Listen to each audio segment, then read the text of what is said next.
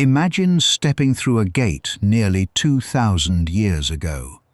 The noise of modern traffic disappears. The glass towers, electric lights, and paved roads are gone. Before you rises one of the most important cities in human history, Jerusalem. A city sacred to millions. A city fought over by empires. A city filled with merchants, priests, pilgrims, soldiers, and ordinary families trying to live their lives beneath towering stone walls. Today, through historical reconstruction and archaeological evidence, we are going to walk through ancient Jerusalem as it may have appeared during the early 1st century AD.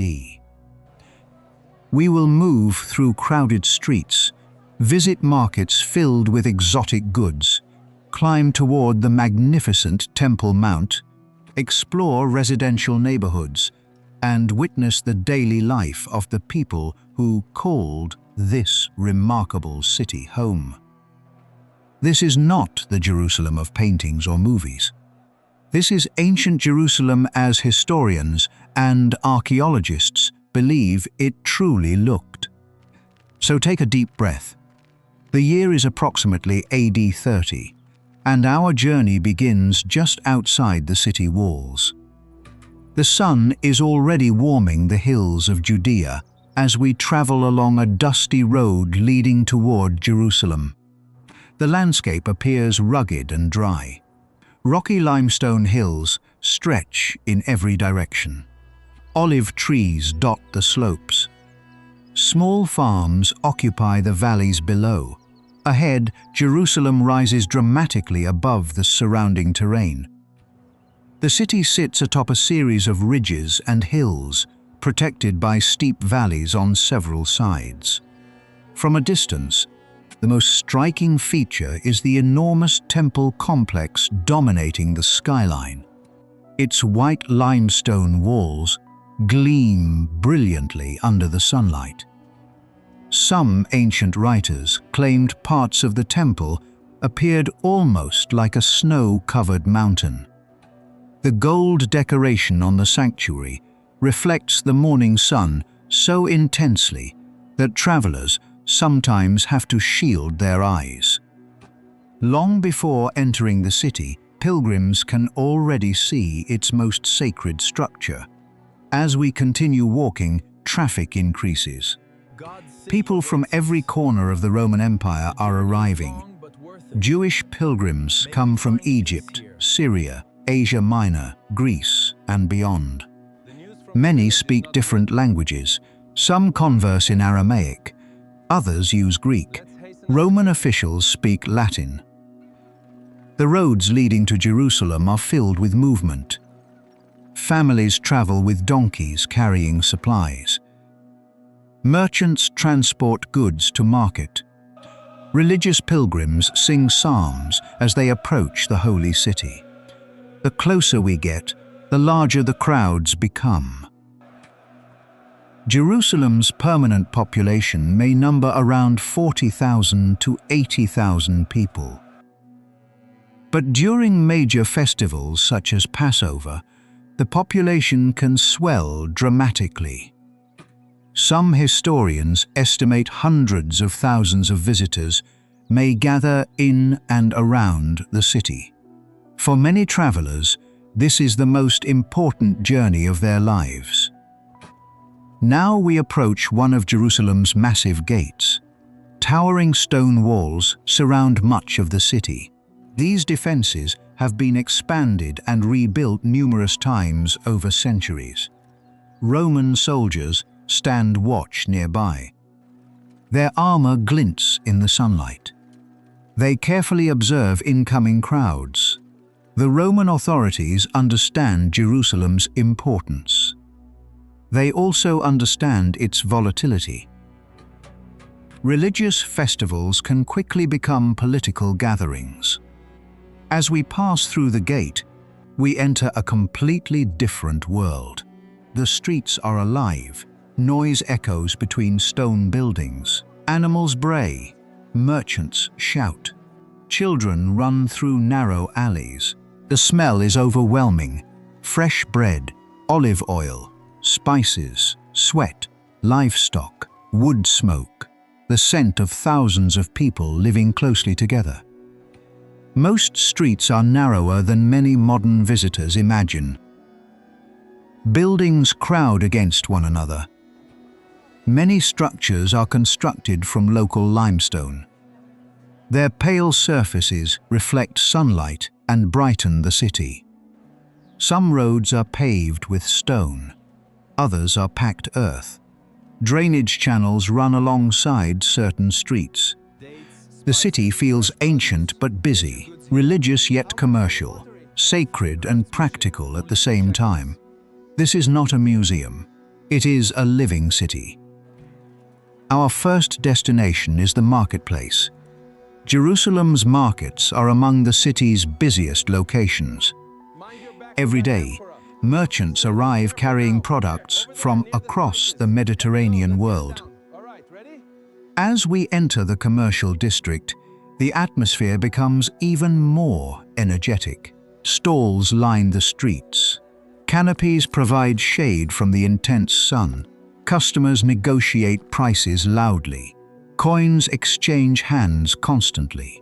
The variety of goods is remarkable. Local farmers sell figs, dates, grapes, pomegranates and olives. Fresh vegetables arrive from nearby villages. Fish from the Sea of Galilee and the Mediterranean coast are available for purchase. But Jerusalem's markets also reveal the city's connections to distant lands. Spices from Arabia, glassware from Phoenicia, fine textiles from Egypt, wine from various Roman provinces, pottery from numerous regions. Merchants proudly display their merchandise. Many buyers inspect products carefully before making purchases. Bargaining is expected. Prices are rarely fixed. Conversations fill the air. Some shoppers discuss religion, others discuss politics. Many simply focus on obtaining food for their families. Near certain sections of the market, animals are sold. Sheep bleat loudly, goats pull against ropes, doves flutter inside cages.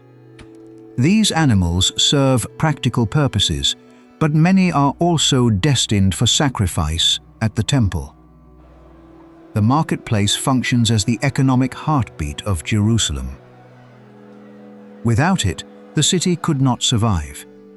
Leaving the market behind, we wander through residential neighborhoods. Life here feels more intimate. Women carry water jars from communal sources. Children play simple games using stones and sticks. Craftsmen work in open-fronted workshops. A carpenter shapes wooden beams. A potter turns clay vessels. A metal worker hammers glowing iron. The sounds of labor fill the neighborhood. Most homes are modest. Many are built around small courtyards. Families spend much of their day outdoors. Rooms tend to be compact. Privacy is limited.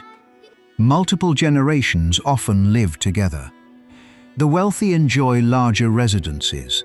Some possess elaborate mosaics. Others feature decorative stonework. Yet even affluent homes remain relatively restrained compared to the extravagant villas found elsewhere in the Roman world. Water remains a constant concern. Jerusalem lacks a major river. Residents rely on wells, cisterns, and aqueduct systems. Rainwater collection is essential. Nearly every household understands the value of water. Storage cisterns are among the most important features of many buildings. The city has developed sophisticated methods to survive in a relatively dry environment. Everyday life revolves around practical necessities: food preparation, water collection, religious observance, family responsibilities, trade and labor. For most residents, life is demanding but familiar. One of the most fascinating aspects of ancient Jerusalem is its diversity. As we continue our walk, different languages surround us. Aramaic serves as the primary spoken language for many local Jews. Hebrew remains important for religious purposes. Greek functions as a common language throughout much of the Eastern Roman Empire. Latin appears primarily among Roman officials and military personnel. Pilgrims bring additional languages from distant regions. The result is a remarkably multicultural environment. A merchant may negotiate in Greek with one customer and switch to Aramaic with another. Visitors from Alexandria discuss events in Egypt. Travelers from Asia Minor exchange news from distant cities. Jerusalem stands at the crossroads of civilizations. Ideas move through the city just as easily as goods. Religious debates are common. Philosophical discussions emerge in public spaces. Political rumors spread rapidly. The city acts as both a spiritual center and an information hub. People arrive from across the known world and carry stories back home. Now we begin climbing toward Jerusalem's most extraordinary landmark.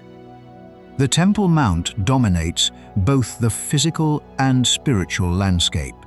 As we approach, its scale becomes increasingly apparent. Massive retaining walls support an enormous artificial platform. The engineering achievement is astonishing. Some individual stones weigh hundreds of tons. Even modern visitors are amazed by the precision of their construction. Pilgrims gradually increase in number as we near the complex. Many wear their finest clothing. Families travel together. Groups sing sacred songs while ascending. The atmosphere feels different here. More solemn, more purposeful. This is the heart of Jewish religious life. For many visitors, reaching the temple fulfills a lifelong dream. Wide staircases lead upward. Crowds move steadily toward the entrances. Temple authorities oversee activity carefully. Order must be maintained. The number of visitors can be immense. Yet, despite the crowds, the system functions surprisingly efficiently. Generations of experience have prepared Jerusalem for welcoming pilgrims. As we enter the temple complex, the scale is breathtaking. The open courts stretch across a vast area. Colonnades line portions of the platform. Their stone columns create impressive covered walkways. People gather everywhere. Some pray, others teach. Groups engage in religious discussions. Pilgrims prepare offerings. The sounds of thousands of voices merge into a constant murmur. The temple serves multiple purposes simultaneously. It is a place of worship, a center of learning, a symbol of national identity. A gathering place for communities spread throughout the world. Different sections accommodate different groups. Certain areas are accessible to all visitors. Other spaces become increasingly restricted. The closer one approaches the sacred inner sanctuary, the more carefully access is controlled. Priests move through the complex, performing their duties. Their distinctive garments identify their religious role. Temple officials coordinate activities continuously. The organization required to manage such a large institution is immense. Every detail follows established traditions. Everything functions according to sacred regulations. No reconstruction of ancient Jerusalem would be complete without understanding temple worship. Animal sacrifice plays a central role in religious practice. Today, this can feel unfamiliar. But in the ancient world, sacrifices are common throughout many cultures. Within Jerusalem, they hold profound spiritual significance. Pilgrims bring animals as offerings. Priests conduct ceremonies according to detailed requirements. The process is highly organized. Specific rituals govern every step. The smell of burning offerings drifts across parts of the temple complex. Smoke rises into the sky. Many worshippers view these ceremonies as tangible expressions of devotion, gratitude, repentance, and covenant. For them, the temple is not merely symbolic. It represents the meeting point between humanity and the divine. Visitors often experience powerful emotions here. Some have traveled for weeks or months to reach Jerusalem. Standing within the sacred precincts fulfills hopes passed down through generations. Along the southern portion of the temple platform stands one of the most impressive structures in the city. Known as the Royal Stoa, it resembles a grand basilica. Its rows of enormous columns support a vast roofed space. Ancient descriptions suggest the building rivals many of the finest structures in the Roman world. Merchants conduct business here. Teachers gather students. Officials discuss civic matters. Religious scholars engage in debate. The Royal Stoa serves as both an architectural masterpiece and a social center. Its shaded interior offers relief from the sun. People from every background pass through its corridors. The building symbolizes Jerusalem's unique combination of sacred and secular life. Religion influences everything, yet commerce, politics, and education continue alongside worship. The city thrives because all these functions coexist. Although Jerusalem remains deeply Jewish, Roman power is impossible to ignore. As we leave the temple area, we notice soldiers stationed at strategic locations. The Roman Empire governs the region. Its authority extends throughout daily life.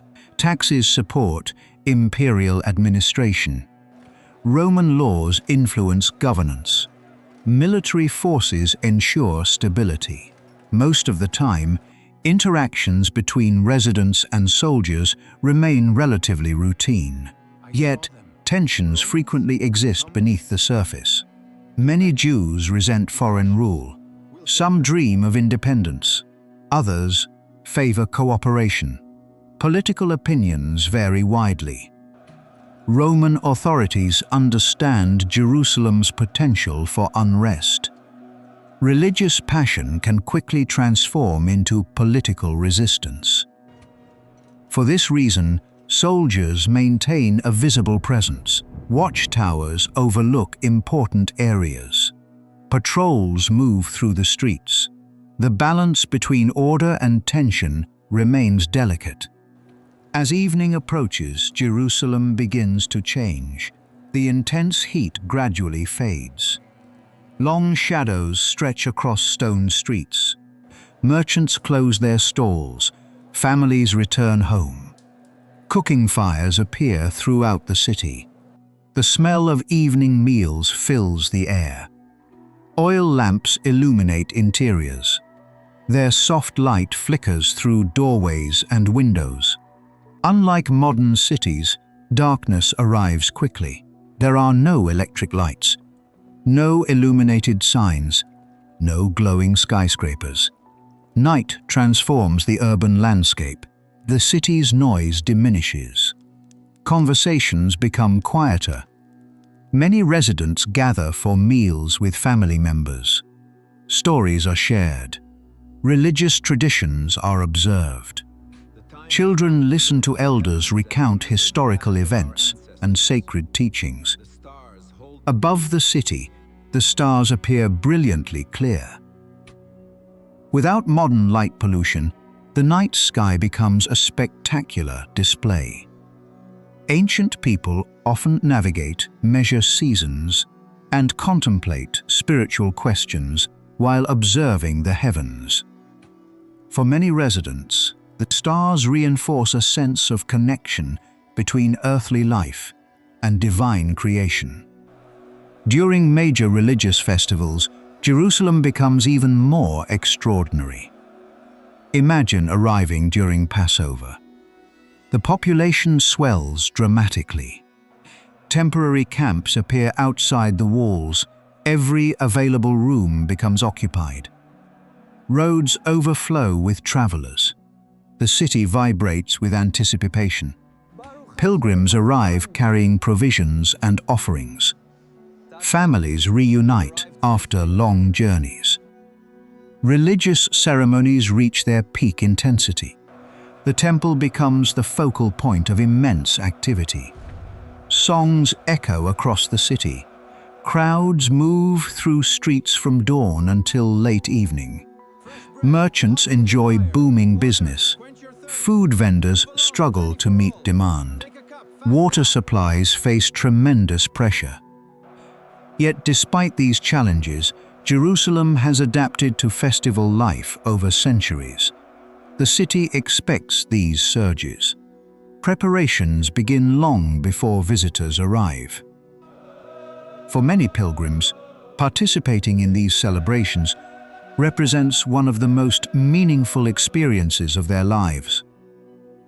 The emotional energy is unmistakable. Jerusalem during festival season becomes a city transformed. Now we climb to a high vantage point overlooking Jerusalem. From here, the city spreads before us. The temple dominates the center. Residential neighborhoods extend outward across hillsides. City walls trace defensive boundaries. Roads connect gates to distant regions.